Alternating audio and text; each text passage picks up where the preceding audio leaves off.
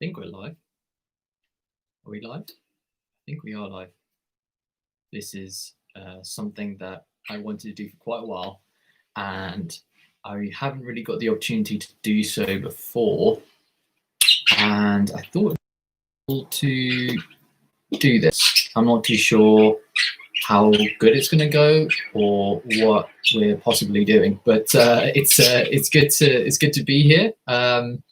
Let me know if anyone's watching. I'm not too sure if anyone will, but if you're here, let me know. Drop me a comment.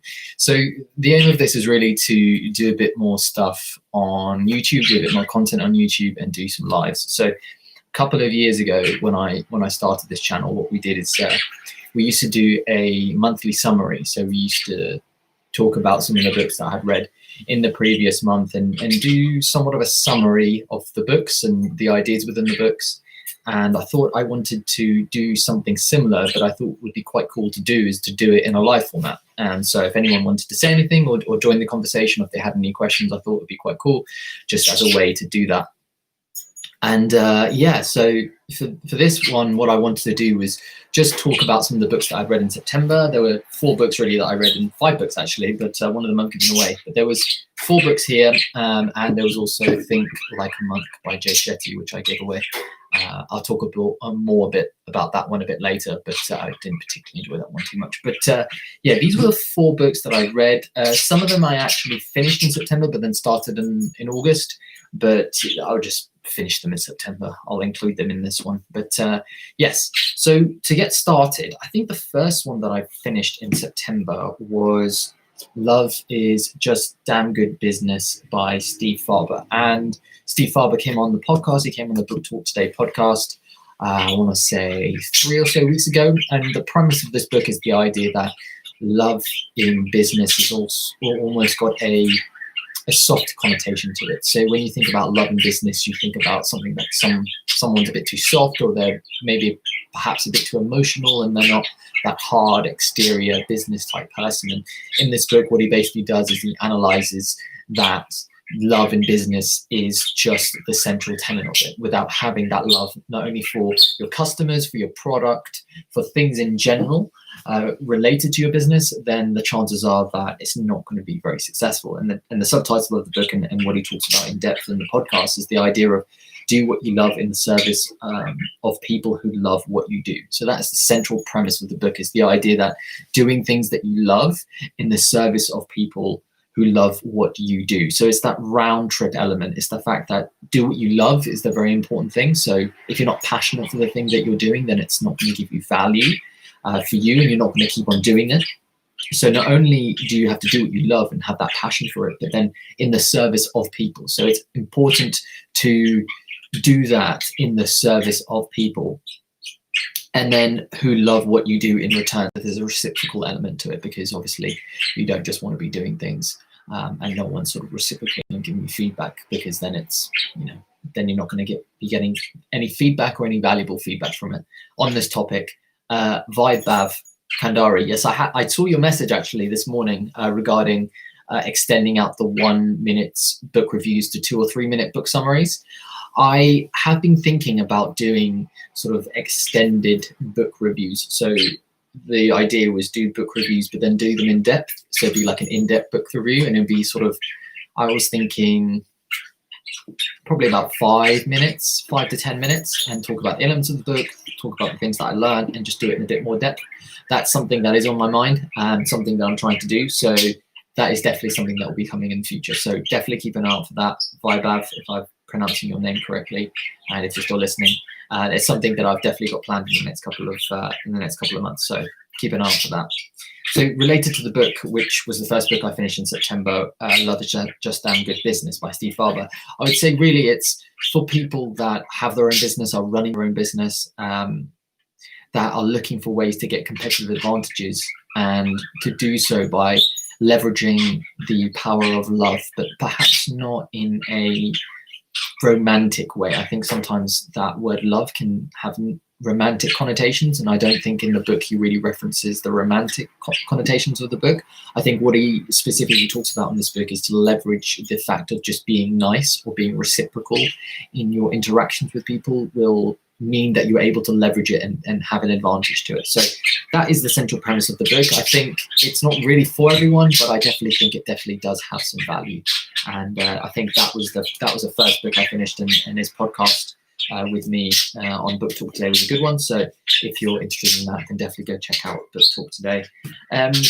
The second book I finished in September was one I was actually really looking forward to read. It was Indistractable by Nir Eyal, How to Control Your Attention and Choose Your Life.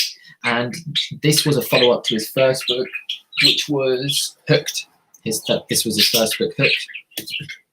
And it was sort of a follow-on to the book Hooked. So Hooked is about how companies build habit-forming products, how they form products that really tap into what it means to be human. So think of a company like Instagram. They create a product which really influences our behavior, allows us to always look out for likes and follows, and really triggers that element of our brain. And that's what he talks about in the book Hooked. And then as a follow-up to that, in Indistractable, he talks about the idea of how can we then control our attention and choose the life that we want. It talks about principles, about how we go about doing that, creating routines, creating ideas, making sure that we're doing things that are making us indistractable. And I think for students, but also I think for people who are working and busy, I think it's really good. And I think it's something that you'll get a lot of value out of if you're really looking for productivity tips and you're looking for ways in which to improve your life in general, more from a perspective of attention, because I think at the moment we're getting bombarded a lot of the times by different things, different stimuluses or stimuli, whichever way you want to call it. I don't think stimulus is a word. And I think a book like this is great for someone who's really struggling to do this. And there's for someone who is perhaps struggling from a productivity point of view, because I think a lot of the time I get a lot of questions, like I just did a live on Instagram on the 1 Minute Book Review page, and people are saying, how do I retain focus? How do I make sure that I'm reading as much and getting as much information as I can out of it?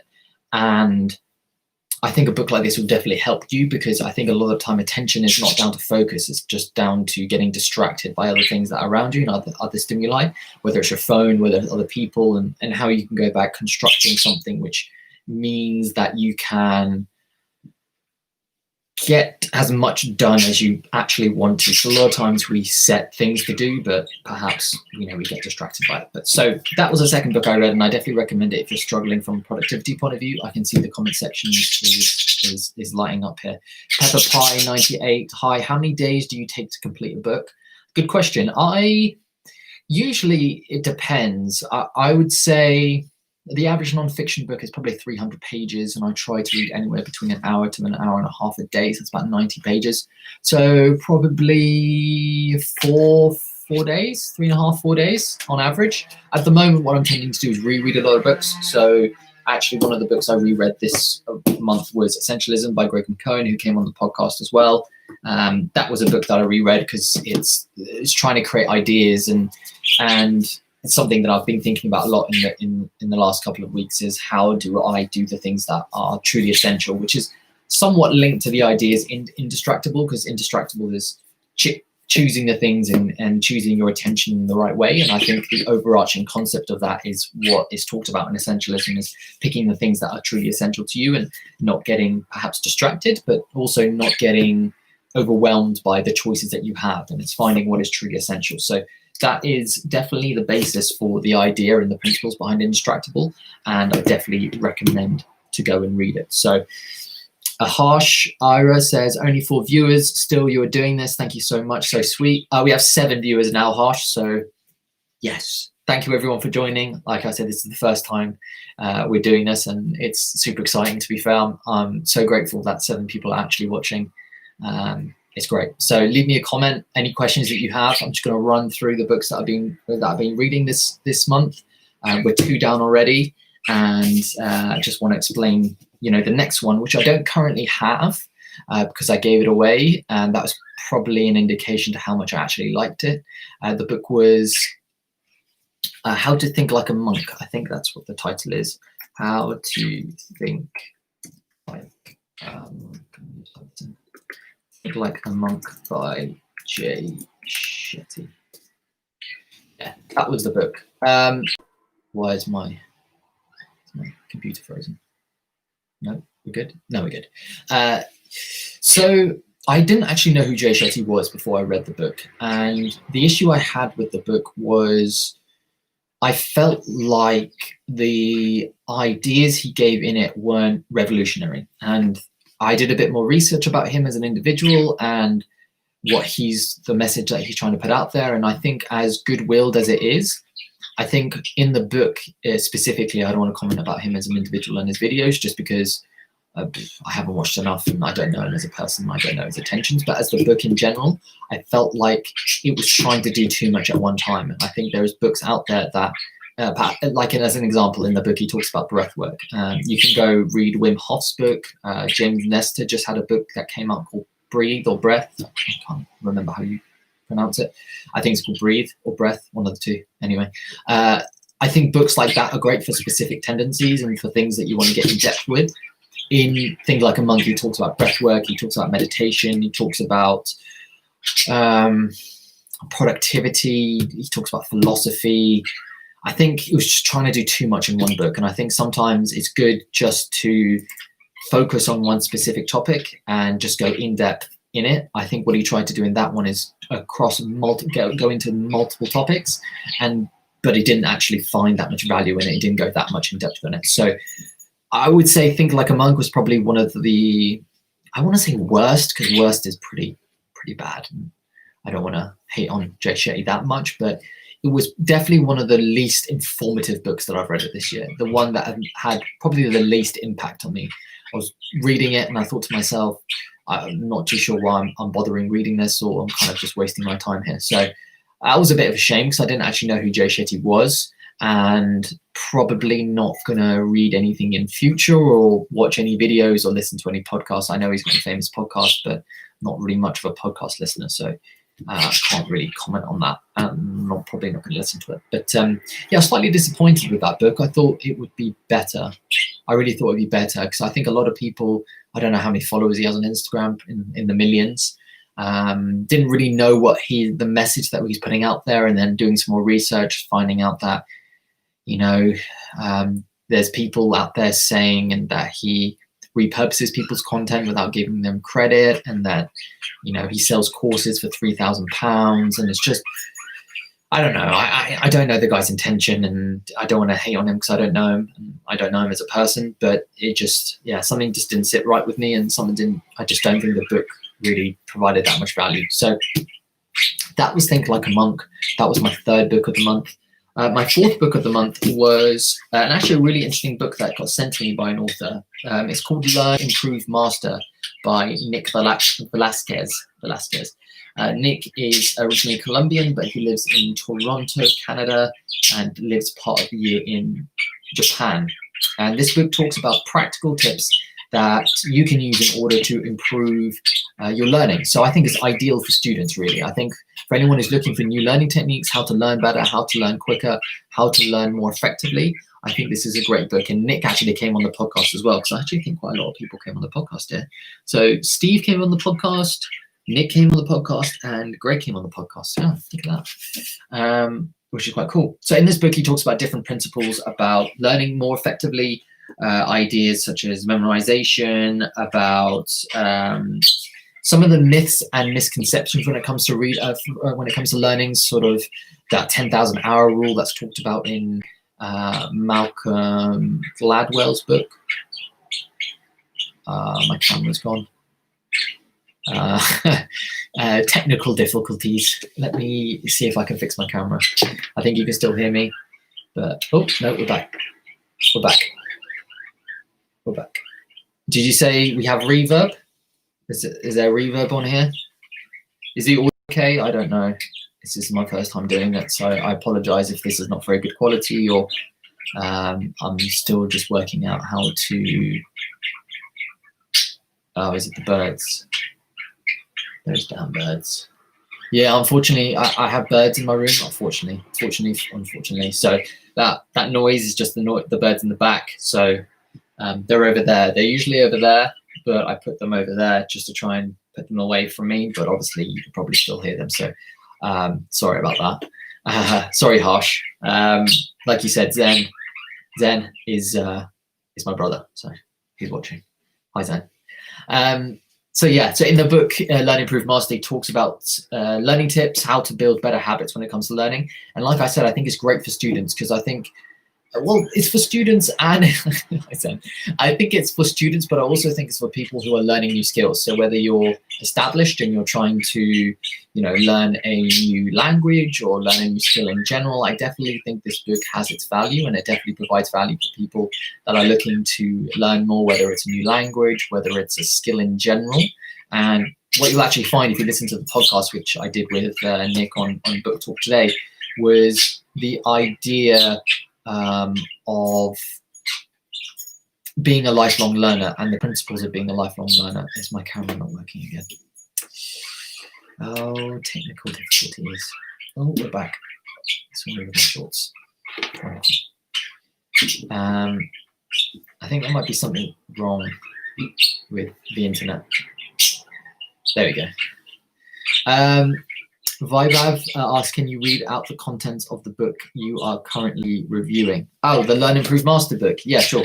So the contents of the book are, so I think there's 13 chapters in general, and it basically starts off with how to learn. Sorry, the first one is foundation. So it's principles of learning. So it talks about neuroplasticity. It talks about specialization, association, chunking, automatic processing. Chunking was actually a really interesting one, because in chunking, he talks about the idea of reading books on the same topic at the same time to get a good understanding of the topics within the book.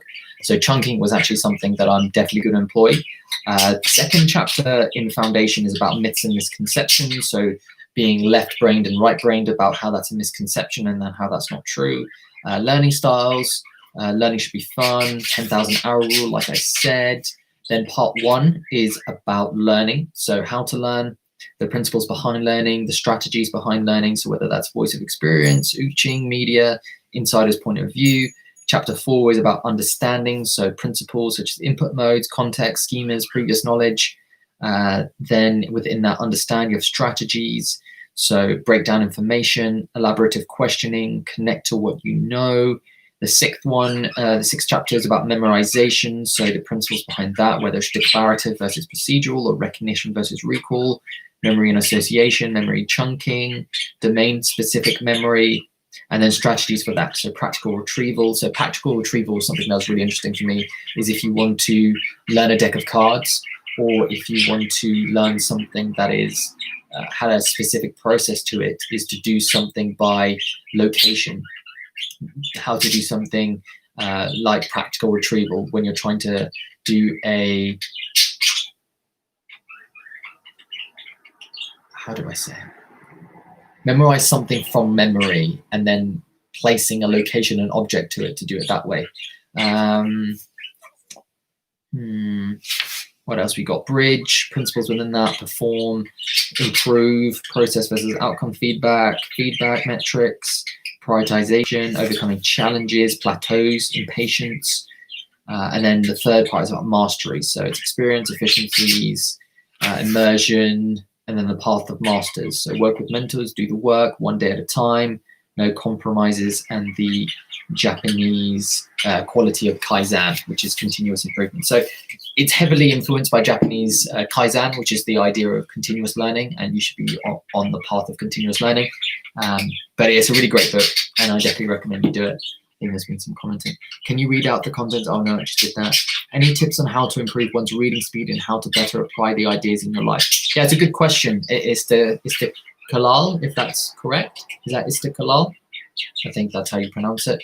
I think the thing that I try to do when it comes to reading speed is I don't tend to abide by the notion that speed reading is a thing. I think with speed reading, it's difficult because I don't advocate for speed reading. I'm much more on the basis of becoming a proficient reader and not focusing so much on the speed, but focusing on getting as much value as you can from the book that you're reading. And I definitely have this related to your second part of your question, which is how to apply the ideas to your life. And for me, that's effective note-taking. That's taking the ideas from the book and then implementing it to a certain question that you have. So let's say, for instance, you wanted to read the book like I was suggesting earlier, which is Indistractable by Nerial, which is how to create an environment where you're less distracted and you're more productive. Is try to answer a specific question. So for instance, if you're a student and you're looking for perhaps a routine to enable you to get less distracted, or tips in order to get less distracted, that question should be at the forefront of your mind when you're reading this book. So have a notebook. I have a specific note-taking notebook that I tend to use when I book notes up there, and I write that question down before starting the book. I think my camera's frozen again. Oh, camera. Hello. We're back. We're back. I don't know why it keeps on switching on. It's a bit weird. I think there's something wrong with Wi-Fi. So have that question in mind. And when you're reading the book, have that question that you're trying to answer when you're reading the book. And what that does is that enables you to keep focus, because I think focus is one of the difficult things when you're reading the book, is you get distracted by different concepts or different ideas or other books that might be on a shelf. So I think it's really important to have a question in mind. Not only will that keep you focused, but it will also keep you engaged in the content that you're actually reading. So I think that's very important, is have that question. And then, have a highlighter on you, have something in which you're taking notes, or I have a specific highlighter that I take notes in the book from, so I would highlight and take highlights in it. So for instance, if you go to Indistractable, you'll see some highlights here. So I highlight like quotes and I highlight ideas, and then from within that, what I do then after each chapter is I'll go down and go into my notebook and write down the chapter in my own words. It only has to be 2 or 3 sentences, but yeah, I'd write it down in my own words. I might even do some diagrams just to explain the concepts a bit more, and then write them down in my own words. And then once I've done that for each chapter, what I do is at the end, I write down sort of 5 principles that I learned in the book in relation to that initial question. And then what I'll do is I would find a way to implement those ideas into practice and review them on a weekly basis. So that tends to be how I apply the lessons to the book, from the book into my life. I think application is the most important part of the reading. I think sometimes people put too much emphasis on the volume of reading or the speed of reading rather than the proficiency and the efficiency. And that's my way of going about that and finding more an efficient and proficient way of reading. So hopefully that helped. I actually have a step-by-step note-taking method. Let's see if I can put that in the comments quickly. I'm liking this. I'm liking this YouTube live, actually. It's something a bit different. Let me actually paste it, because I've got it on my notes app here. Let me just paste in here how I actually take notes, my note-taking methodology. Pepper Pie 98. I need to read more fiction, if I'm going to be honest. I'm not much of a fiction reader, to be fair, just because I like reading about things that can improve my life, and I like about reading ideas that I can implement. I think sometimes with fiction it's good because you just get a different level of creativity, but at the moment it's not something that I am focusing on, reading fiction books. So hopefully that answers your question. This is my note-taking methodology. Bear with me 1 second. I'm just going to type this out. So first step, how I take notes. First step is have a notebook and pen and highlighter. I missed to ask the question bit out of here. No, actually, I do have it up here. Bear with me 1 second. Let me just write this in. So, step 1, have a notebook, pen, and highlighter. Step 2, ask yourself what you'd like to learn from the book and write it down.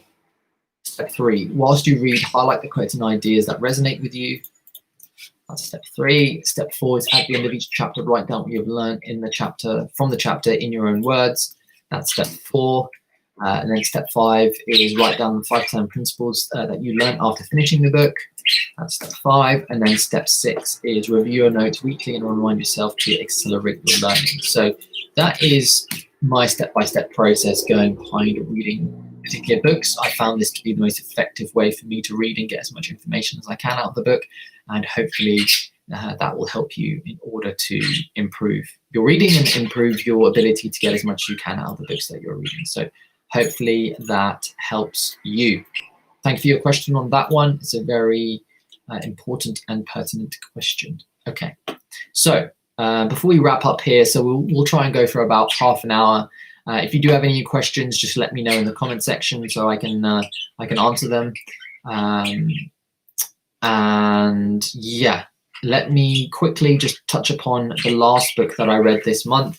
I'm currently reading what am I currently? I'm currently reading Lives of the Stoics by Ryan Holiday. That was sent to me by the publisher.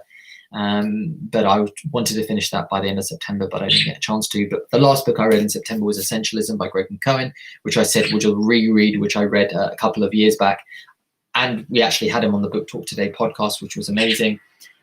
This book is amazing to me. I think essentialism, finding the principles of essentialism is really important.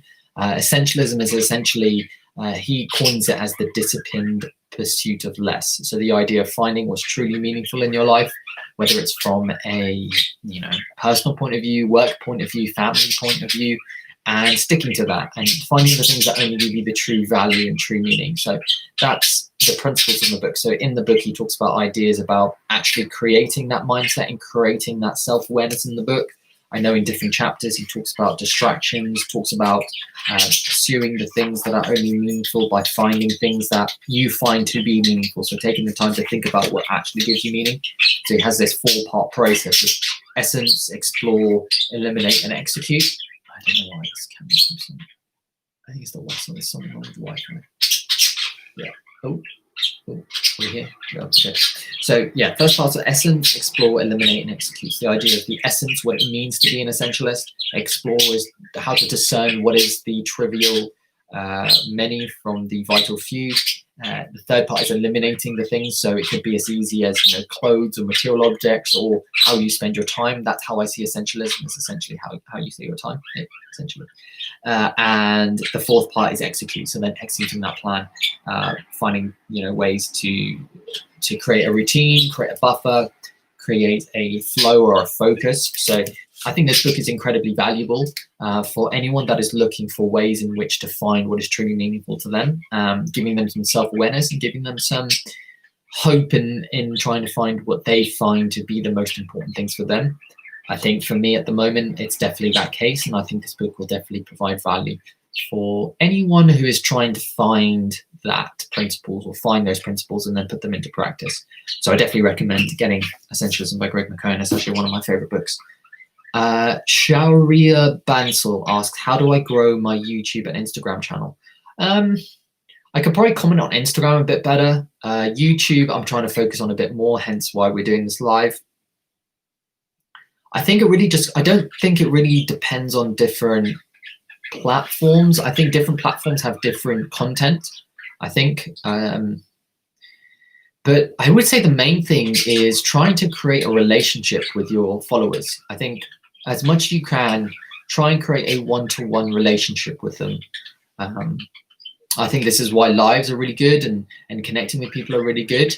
I think when you go about creating a YouTube or Instagram channel, I think it's about trying to find ways to provide value to the people that are listening, giving them tips, ideas, giving them some self-awareness, but then also giving them content that they can sort of run with or ideas that they can run with where perhaps they're not continuously watching you.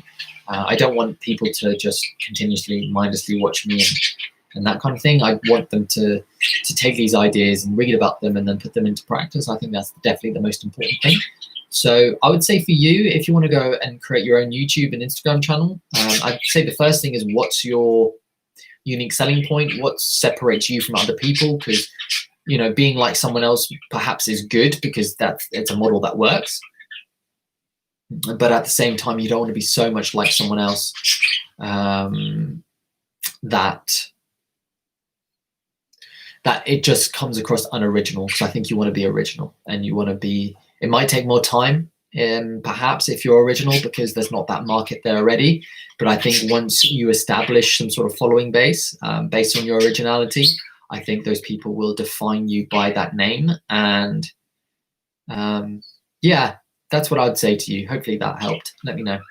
Istiklal says, thanks for your tips. I'll definitely try taking notes from now on. Thanks again. Oh, you're welcome. If you have any questions, just send me a message. I'll be more than happy to help you. You're welcome, Sharia.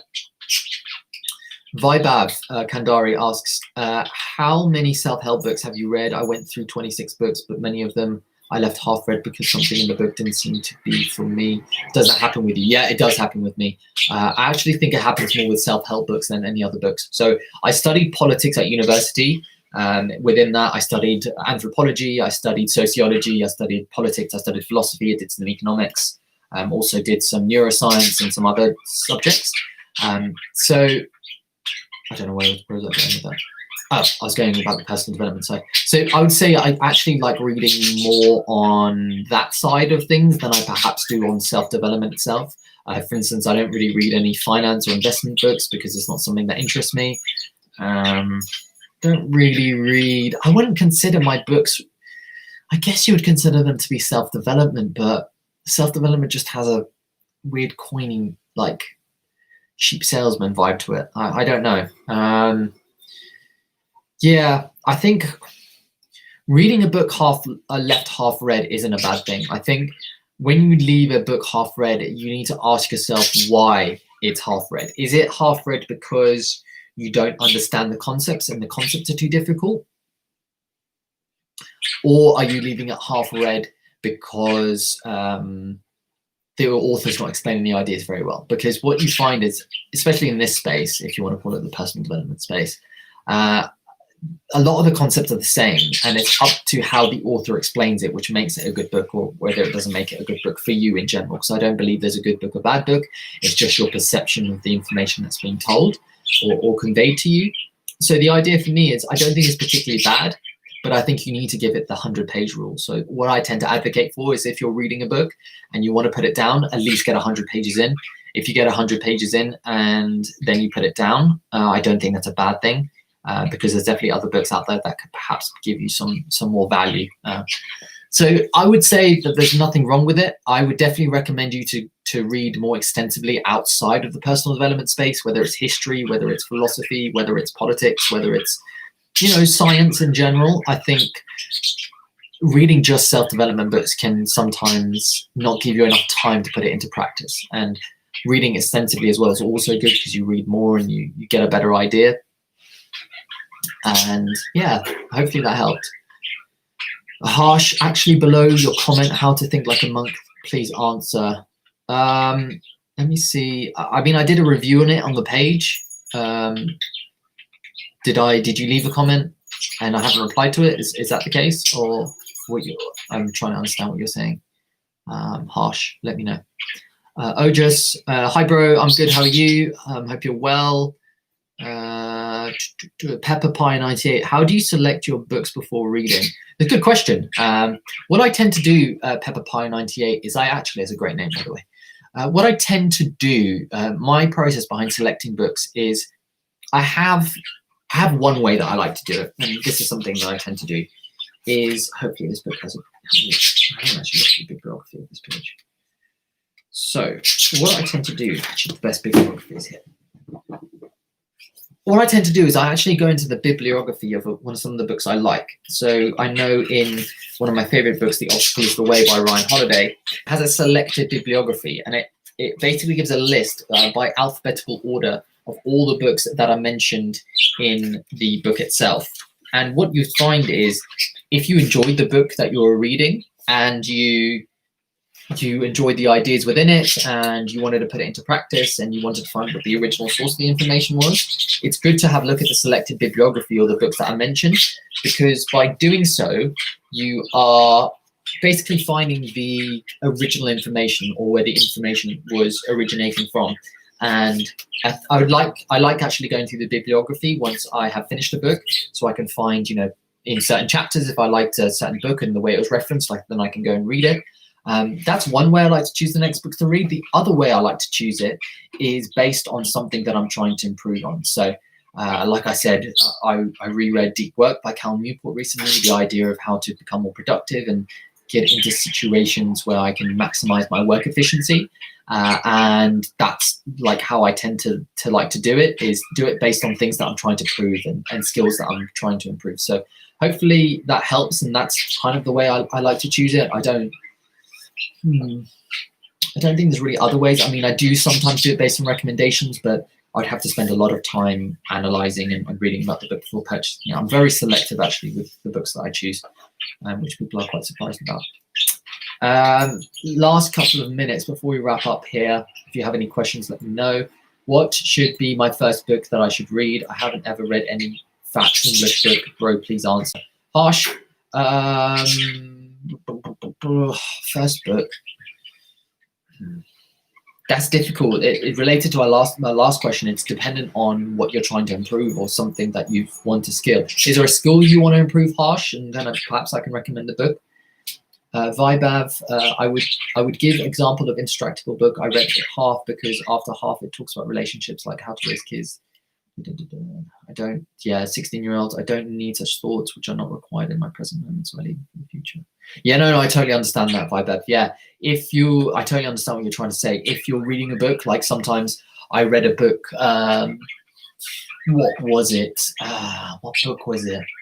Trying to remember what book it is, but it was one that was talking about families and raising a family and talking about how to, it was Indestructible. It was. Yeah, so I didn't read that specific chapter. It's funny that how that thought has come back to my mind. Yeah, I read that bit, and I think I didn't not read it, but I didn't perhaps engage with it that much because I don't think it's related to, like yourself. You're 16, I'm 27, but I don't have a family and that kind of stuff. So it's not something that I have to worry about or think about too much. It's interesting to think about in the future, but it's not something that's pertinent to me now. Yeah, we pretty much did the same. Yeah, we just kind of skipped over it. I did read it, but I don't think I read it very in depth. Yeah, I know, it's funny.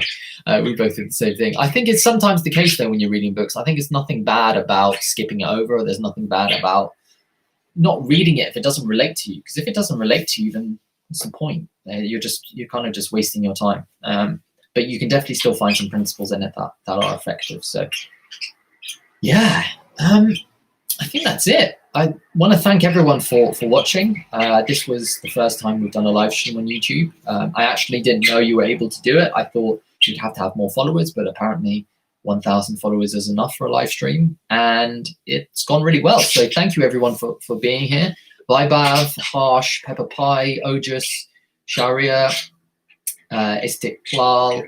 Who else am I missing? I think that's everyone apart from Zen, who's my brother. So thank you everyone. Good to meet you if I haven't already met you. Before I leave, definitely recommend you go check out Book Talk Today, which is our magazine and podcasts. That's a YouTube channel as well. It's called Book Talk Today. And if you don't follow me on Instagram, follow me at 1 Minute Book Review. And yeah, if you have any other questions, in the next couple of days, just send me a message on 1 Minute Book Review and let me know if you have any questions.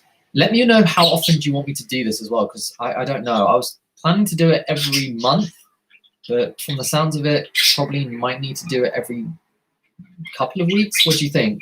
How often should I do this? I really don't know. I think each week might be too much because I do a live Q&A every week on a Sunday for Instagram.